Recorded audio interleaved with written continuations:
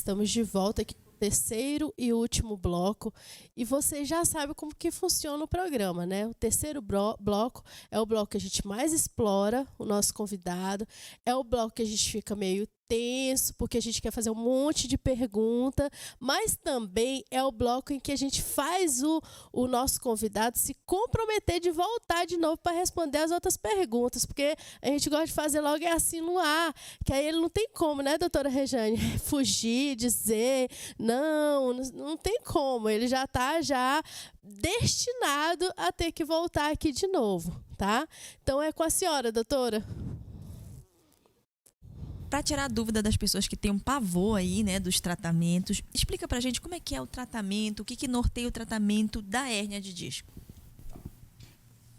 Bom, primeira coisa é você saber que a maioria não é operada, tá? Essa é a primeira informação que a gente tem que dar. A maioria das hérnias não precisam de cirurgia, tá? Então, o tratamento é clínico.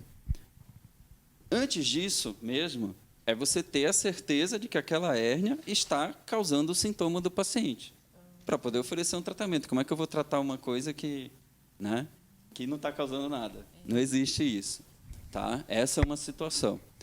E o objetivo do tratamento, tem que ter em mente, é o alívio do paciente, tá? A melhora da qualidade de vida. Não é tratar a imagem. Tem muito paciente que fica preocupado, vou fazer outra ressonância daqui, tem que fazer outra daqui a 30, 60, 90 dias. Não precisa, está bem? Está bem. O resultado do tratamento foi ótimo. Pode fazer a ressonância, a hérnia pode até estar lá do mesmo jeito.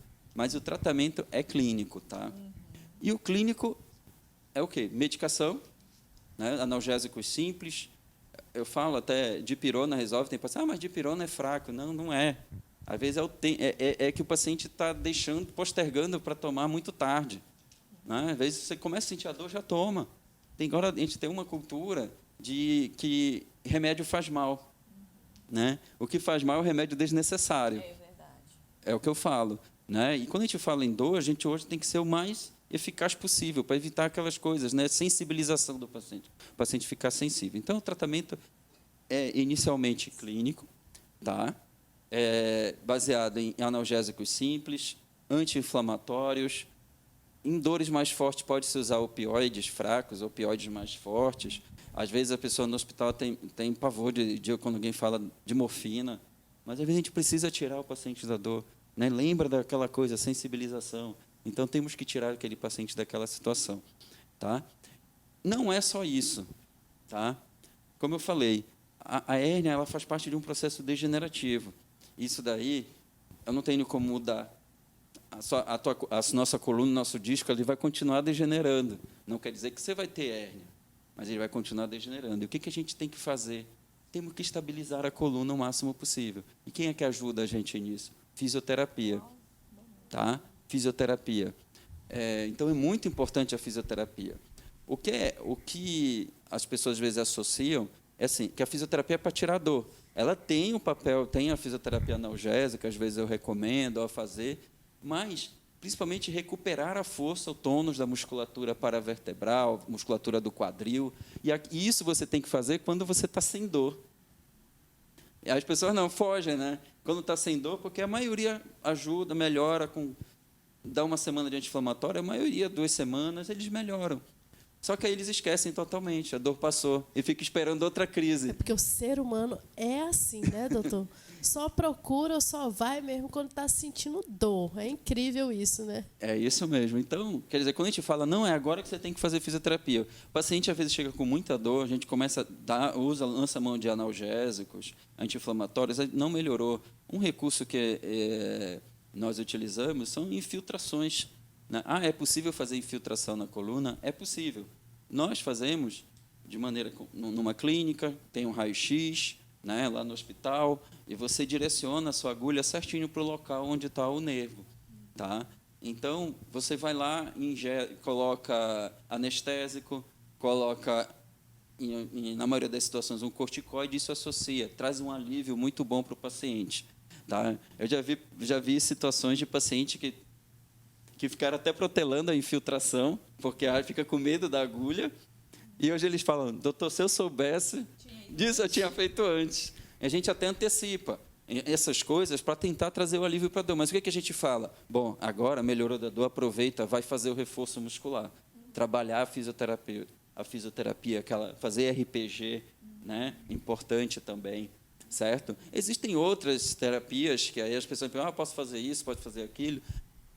É aquela que faz se sentir bem, mas o principal hoje é o medicamentoso, auxiliado de reforço muscular para restaurar o tônus muscular, acabar com aquele espasmo muscular, aliviar a dor, certo? Agora, existem situações específicas em que você não em que situações você vai indicar a cirurgia? Você vai logo, que situações são essas? O paciente em que você faz o tratamento clínico estabelecido pela literatura de 8 a 12 semanas de tratamento clínico e que não melhoraram. Tá? Não melhoraram. E você tem uma hérnia, você está convicto que aquele é o problema, você indica a cirurgia, nesse momento.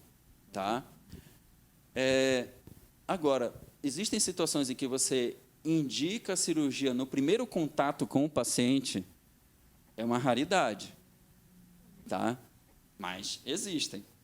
Quais são as situações? Justamente aquelas situações emergenciais que eu falei lá atrás.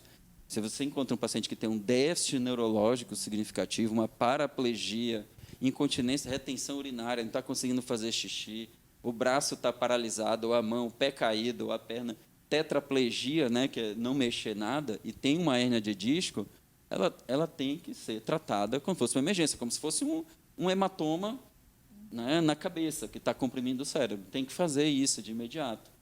Então, essa é a exceção ali. Tá? Outras situações que você pode antecipar essa cirurgia é o paciente que está com a dor muito importante que não está melhorando com nada. Isso acontece? Acontece. Você está com o paciente internado ou não, de consultório, mas vem ali 1, 2, 3 dias, 4 dias e não está melhorando. Lembrar que a sensibilização acontece também pela intensidade, não é só tempo, mas a intensidade do estímulo. Né? Lembra do negócio do parque que eu falei, né? O cérebro está lá, então, quando a intensidade é muito forte, a pessoa já pode ficar sensibilizada com uma semana de dor.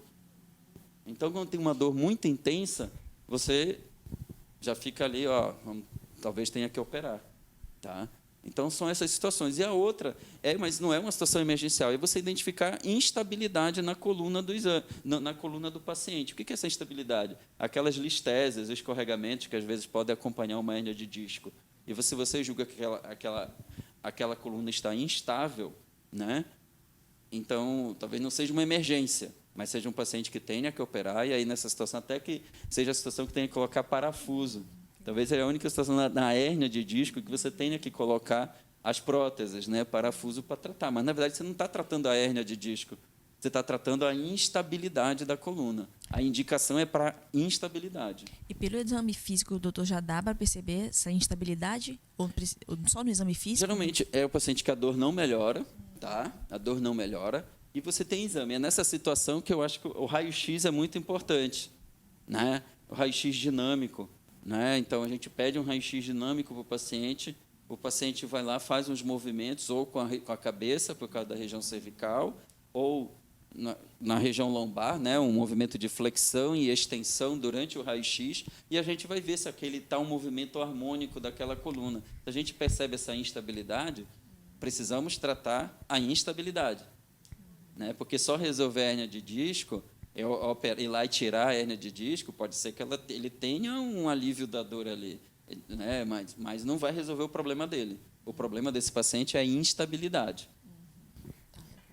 E falando em cirurgias, né? Eu queria que o senhor falasse um pouquinho sobre as técnicas que nós temos hoje em dia disponíveis, né? Quais são? Fala um pouquinho a respeito disso. Inclusive, eu acompanho o senhor no Instagram, no Facebook, e eu vi lá que tem coisa nova aí, né? Então, fala para a gente um pouquinho a respeito dessas técnicas das cirurgias, né? A respeito da hérnia de disco. Bom, e aí vamos lá, quais são as opções cirúrgicas? Né? Sempre quando a gente fala em cirurgia, a gente tem que pensar em qual é o padrão ouro de tratamento considerado. Quando você cria uma técnica, ela tem que ser comparada com qual para dizer se ela é efetiva. Né? A cirurgia padrão ouro é aberta ainda, a microdissectomia aberta. Né? Dependendo do local onde você tem a hérnia, se é na região lombar ou na região cervical. Na região cervical você faz uma abertura, na região cervical, chega lá, tira o disco, né? E pode colocar uma prótese ali nesse local, para substituir esse disco na região cervical. Na lombar, a maioria das cirurgias são feitas posteriormente, né? Nas costas, faz uma incisão, e você tem acesso à coluna lombar. Você faz uma abertura na coluna, às vezes é necessário retirar fragmentos ósseos da coluna para poder ter acesso a essa hérnia. Então, isso é o padrão ouro, tá? Considerado o padrão ouro. Então, foram desenvolvidas várias técnicas. E hoje, né, se fala muito aquilo que é minimamente invasivo, né? Não que a microdissectomia ela seja maximamente invasiva. Não é isso. Na mão de cirurgião experiente e tudo, eles conseguem fazer incisões menores, bons resultados, certo? Isso acontece. Então, depende muito da habilidade do cirurgião. Mas, hoje, há esse apelo para coisa minimamente invasiva. Você dá alta para o paciente de maneira mais precoce, né? Já pensou você ir para tratar uma hérnia e sair do hospital no mesmo dia? Nossa, gente, essa é muito top. Eu falo isso tanto nisso quanto outras cirurgias, né, doutor? Que hoje em dia fazem por vídeo, né? Que fala. Sim. E assim, gente, é outro mundo, né? Você... Meu Deus, assim, eu falo isso porque eu já fiz também cirurgias por vídeo e cirurgia convencional. É outra história, né? Vamos aqui botar os pingos nos i, né? Sim, é outra vida, né? Assim, de você a recuperação, tudo, né? Mas eu vou deixar o doutor falar porque eu falo muito, né? Vai lá, doutor. Então, hoje essa necessidade, né, do paciente voltar mais precocemente para as atividades dele, né, e cirurgias minimamente invasivas têm ajudado nisso. Apesar da cirurgia aberta ela ser efetiva, retira a hérnia, talvez a taxa de complicação, o número de complicações talvez seja até a mesma, mas o que a gente observa? O paciente no pós-operatório acaba tendo até mais dor do que o paciente que fez a minimamente invasiva, por causa de alteração muscular. Eu estou falando lá no início, o tratamento é fisioterapia, reforço muscular. Tem que lembrar que depois da cirurgia precisa fazer a fisioterapia. É nessa hora que tem que fazer. E aí eu vou lá com uma cirurgia aberta e acabo causando um dano muscular maior, retarda um pouco o retorno do paciente para a fisioterapia. Na minimamente invasiva, não. Eu entro eu vou com um instrumental, né, que me dá a visualização daquela hérnia com menor dano nessa estrutura muscular. Certo? Então, eu trouxe até umas fotos aqui para exemplificar. Acho que ficou... Não sei se... Porque, na verdade, ela ficou um pouco escura a foto. Ó, temos uma coluna ali, tá? Uma coluna lombar, né? E aqui nós vemos uma cânula que a gente chama de cânula de trabalho. Tá? É uma hérnia de disco L5-S1, tá? Lombar. E aí, aquele é o raio-x que nós fazemos na hora, tá? Com o paciente em decúbito ventral. Ele está na cama, está na maca lá, está anestesiado. Tá? Nesse caso, qual é o tipo de anestesia? Pode ser feita até com sedação, tá? Esse tipo de procedimento. Mas a questão de sedação, anestesia geral, vai muito questão cultural. Nós somos um povo latino e o latino reclama muito, né? Se você colocar um alemão para ver se fazer um procedimento cirúrgico, ele diz, vai, tira logo esse negócio que eu deito ali, levanta e vai embora. Né? Nós somos um povo latino, tem essa característica, né? Mais sensível, vamos falar assim. Então, fazemos, nesse caso, foi feito com anestesia geral. Tá? Então, nós temos uma cânula de trabalho. O que é essa cânula de trabalho? Pode passar outra. É isso aqui. Tá? É um paciente em decúbito ventral, tá com a barriga para baixo, tá? E aí, isso é a cânula de trabalho. Então, a ponta dela está lá na coluna, certo? Vocês vão ver depois o tamanho da incisão que fica. Tá? Pode passar a próxima. Então, essa é uma visualização aqui. Tá? Nesse caso aqui, não foi preciso retirar. Dentro daquela cânula de trabalho, é incrível a tecnologia do negócio. Você consegue passar vários instrumentais, tesoura, brocas, se precisar, que a gente chama de drilar, fazer ressecções de estruturas ósseas para ampliar ali. Tá? Então, passa tudo ali. É incrível. né? Como as pessoas, engenheiros hoje, né, desenvolvem, eles veem uma dificuldade, e aí como é que eles trabalham para ir desenvolvendo isso? Nossa, a gente fica maravilhado em ver essas coisas. E aqui o que é? É difícil, né? Porque é uma anatomia totalmente diferente para o cirurgião isso aqui, né? A gente estava acostumado a ver a coisa totalmente aberta, como isso aqui, né? Então, essa daqui é facilmente reconhecível para o cirurgião. E essa aqui é uma anatomia diferente, porque eu estou vendo numa câmera que já está lá próximo, no ponto certo onde eu quero chegar. Então, o que a gente vê aqui? Na verdade, aqui eu já abri o ligamento, já está aberto aqui o ligamento. O que a gente vê aqui de amarelo é uma gordurinha em cima do saco dural. É aqui que está a dura mater com as raízes nervosas e a hérnia de disco está aqui debaixo disso aqui. Então, com o instrumental adequado, tudo você consegue fazer retiradas de grandes fragmentos, pequenos. Na verdade, você consegue resolver o problema do paciente. Tá? E aí, pode passar a próxima. E aí, só para ter uma noção do tamanho da incisão. Olha só. Né? Um pontinho só. Um umbigo, né? Um pontinho assim, a gente colocou só um bisturi ali para poder ter uma noção do tamanho. Né? Então, assim, mas o principal é que é efetivo. Isso é o principal. Não é, porque é minimamente, não. É minimamente, mas é efetivo. Isso é o mais importante. Tá? Índice de complicações de uma cirurgia. A endoscópica, você tem menos índices de infecção, porque o tempo todo você está jogando soro, está lavando aquele local. Tá? Então, existe a chance de, operou, ótima cirurgia, tudo. Existe a chance de infecção? Existe, mas é muito pequeno. É muito pequeno nesse procedimento. Tá? Existe a chance de eu não conseguir retirar a hérnia toda? Tá? Existe, mas tanto na outra técnica quanto nessa. Né? Existe essa chance, não consegui retirar tudo. Né? Então, existem... se você perguntar, eu vou operar a coluna, como eu falei, né? Tem uma paciente que chegou para mim, mas eu não vou operar minha coluna de jeito nenhum, porque todo mundo que opera fica numa cama. Tá? Essa não é mais a realidade. Nem sei se foi essa a realidade algum dia. Não vou botar culpa aqui nos cirurgiões mais antigos, não. Tá? Estigma, né? Mas criou-se um estigma. O que acontece é o básico, né? Você conseguir interpretar a dor do paciente, o exame dele com aquela hérnia. Isso é o principal. Né? Se você fez uma cirurgia bem indicada, provavelmente o seu paciente vai se beneficiar disso. Tá? Ele vai ter um excelente resultado. Tá? Existem situações em que o paciente, em dado momento, ele diz que a dor, eu não melhorei. Operei e não melhorei. O que aconteceu? Tá?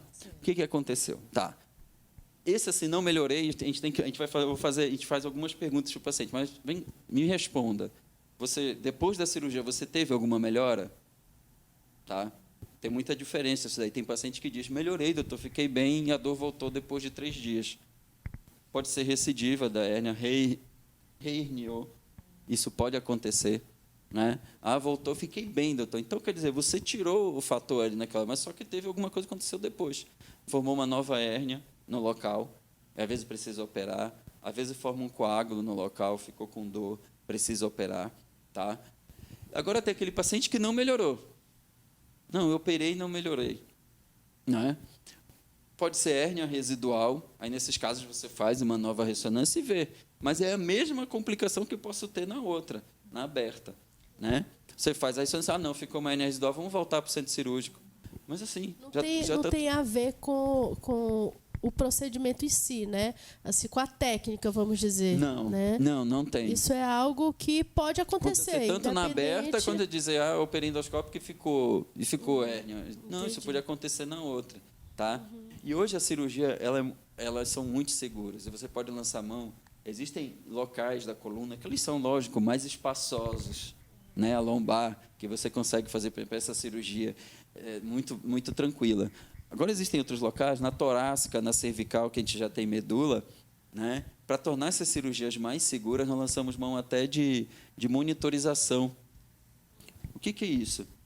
A gente coloca o paciente posicionado para operar, tem um outro médico na sala que vem com um computador ali, que ele faz a leitura, é como se fosse uma eletroneuromiografia intraoperatória, né? Ele faz a leitura e ele consegue me dar a situação. E a gente tem descrito, ontem eu assisti até uma aula que o colega coloca assim, olha, o dado da monitorização. Quando começou a cirurgia, o potencial estava bem baixo do nervo. Tirou a hérnia, o potencial do nervo. Né? Então, você consegue ter leitura. Esse médico é capaz de dizer assim, às vezes a gente fica com a mão um pouco, forçando um pouquinho mais, aí esse médico, não, Sandro, está forçando muito esse nervo. Então, hoje a cirurgia ela é muito segura. Então, esse estigma de que vai operar a coluna e ficar paraplégico, hoje, com o desenvolvimento dessas tecnologias, de segurança anestésica, com monitorização, o melhor treinamento, né, para cirurgia, tudo. Hoje, antes era muito difícil treinar uma técnica cirúrgica, hoje não. Hoje tem monitores, né? Hoje você consegue viajar, você está conectado com o mundo todo, consegue viajar o mundo todo aí treinando uma técnica. Então, hoje existe uma segurança para operar, né? Mas o mais importante é isso, o resultado. O paciente sai satisfeito depois de uma cirurgia dessa. No mesmo dia vai para casa. Tá? Isso é o sonho, né, de todo mundo, é você fazer um procedimento e voltar para casa, né? Então, no mesmo dia vai para casa e a melhor coisa, com o problema resolvido, né? Doutor, e assim, para a gente fechar, gente, porque ainda tinha muita coisa aqui para falar, né? Eu quero deixar bem claro, de novo aqui para vocês, mas eu queria que o senhor fechasse assim e falasse por que, de fato, é importante cuidar da coluna. Quais as dicas que o senhor daria aí? Dá as dicas. Porque assim, a gente teve uma aula aqui, na verdade, né? Assim, muito top. Mas aí eu queria que o senhor fechasse aí e falasse para a gente, né? Assim, por que é importante cuidar da coluna? A gente tem ideia, né? Assim, claro que todo mundo tem, né? Sabe da importância ali da coluna. Mas eu queria que, com as suas palavras, o senhor sintetizasse isso para a gente. Agradecer, né, a oportunidade. E, assim, por que é importante? E isso tem que começar o mais precoce possível. Porque, como eu falei, o processo degenerativo, a gente já está nascendo, ele já está acontecendo. Né? Então, quando a gente tem a hérnia, né, uma hérnia de disco e tudo, a gente já está perdendo já de muito tempo. Certo? Então, a gente nasce, a nossa coluna já está envelhecendo. Então, quanto antes a gente tem uma preocupação, até mesmo com nossos filhos, né, com relação à questão postural, isso é importante. Tá? Toda vez que eu falo isso no consultório, eu tenho que me ajeitar na cadeira. Mas é isso, né? Eu tenho que me ajeitar. Mas a questão postural, com a prática é importante, mas sempre bem orientado, né? Lembrar que a coluna não é uma estrutura só óssea, né? Você tem estrutura ligamentar e eu poderia até dizer que você tem uma estrutura muscular em torno dela que tem que ser trabalhada, certo? É incrível, às vezes a gente encontra pacientes que parece que a musculatura, e isso não tem relação com a obesidade, a musculatura paravertebral é toda infiltrada de gordura, né? Você vê que é um músculo fraco. Então, esse paciente tem que... E às vezes nem sempre tem a hérnia, mas quando você detecta, é o ideal, olha, você tem que fazer um reforço muscular disso daí. Doutor, o senhor citou só porque eu fiquei curiosa. O senhor falou um negócio aí que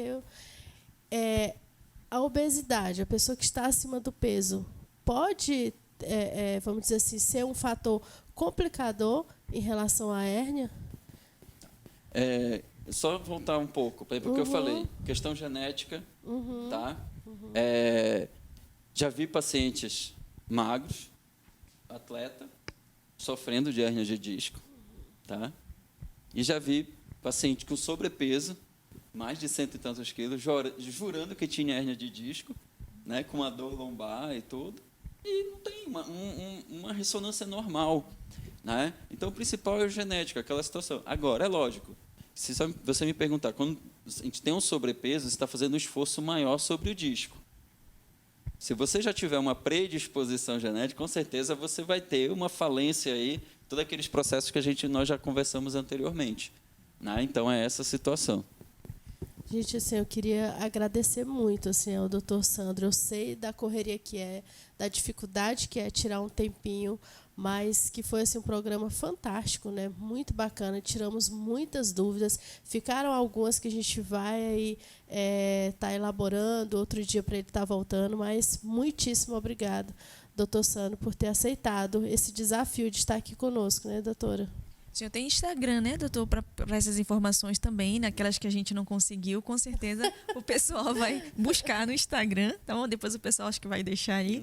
E eu gostaria de agradecer também o compartilhamento que o senhor fez com o seu conhecimento, que é com certeza muito enriquecedor. Obrigada. Obrigado, né, pelo convite. Não fala desafio, que parece que eu fui meio obrigado, né? Não foi um prazer estar aqui. Certo? Infelizmente, essa correria do dia a dia, tudo, né? E às vezes a gente, quando a gente para, a gente quer às vezes estar em casa, né? Tanta coisa, né? Uma correria, tudo. E quando a gente tem aquele momento, a gente quer estar em casa. Então, eu sempre fui uma pessoa muito assim, mas assim, foi muito prazeroso, tá?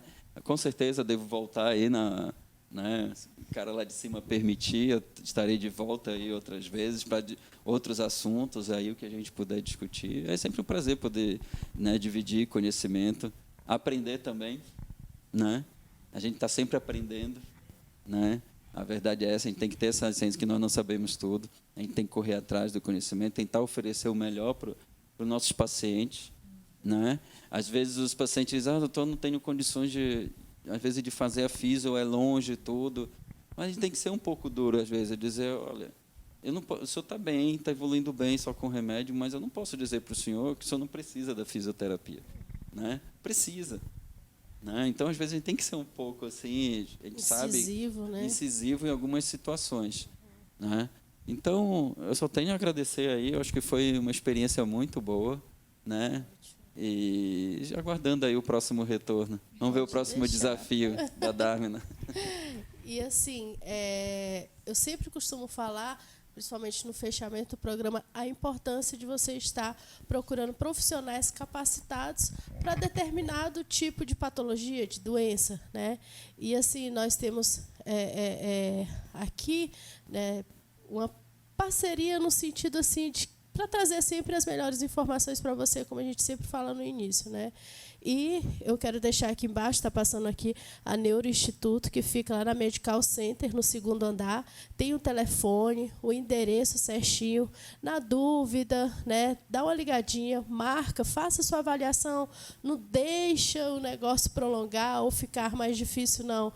Dá uma passadinha lá na Neuroinstituto, que fica na Medical Center, 2º andar. E lá tem uma equipe multiprofissional, profissionais maravilhosos que já estiveram aqui, outros também, doutor Samuel, doutor Márcio, um abração aí. Estou esperando vocês aqui, viu? E, assim, o doutor Sandro, que também faz parte dessa equipe lá da Neuroinstituto, tá? Então, faça uma avaliação, não deixa o negócio prolongar. Sempre trabalhamos, a gente sempre fala muito, doutor Sandro, aqui sobre a prevenção, porque a prevenção, ela sai muito mais barata do que o tratamento, né? Então, isso em vários níveis, tanto financeiramente quanto também pessoalmente, né, para a pessoa, para a família. Então, procurem, façam uma avaliação, tá bom? E nós já queremos aqui encerrar o programa agradecendo a você, telespectador, que esteve conosco aí até o final do programa. E fique ligadinho sempre no Missão Saúde na TV. Quero falar para vocês agora da Drogaria São Lucas, que fica lá na Avenida Paraíso, tá? Lá na Liberdade. É uma drogaria super completa, onde você, além de medicamentos genéricos, medicamentos éticos, você também acha vários produtos cosméticos, viu? Então, dá uma passadinha lá. Eles também têm delivery e tem um aplicativo também, tá? Então, passa lá que eu tenho certeza que vocês terão o melhor atendimento. Drogaria São Lucas.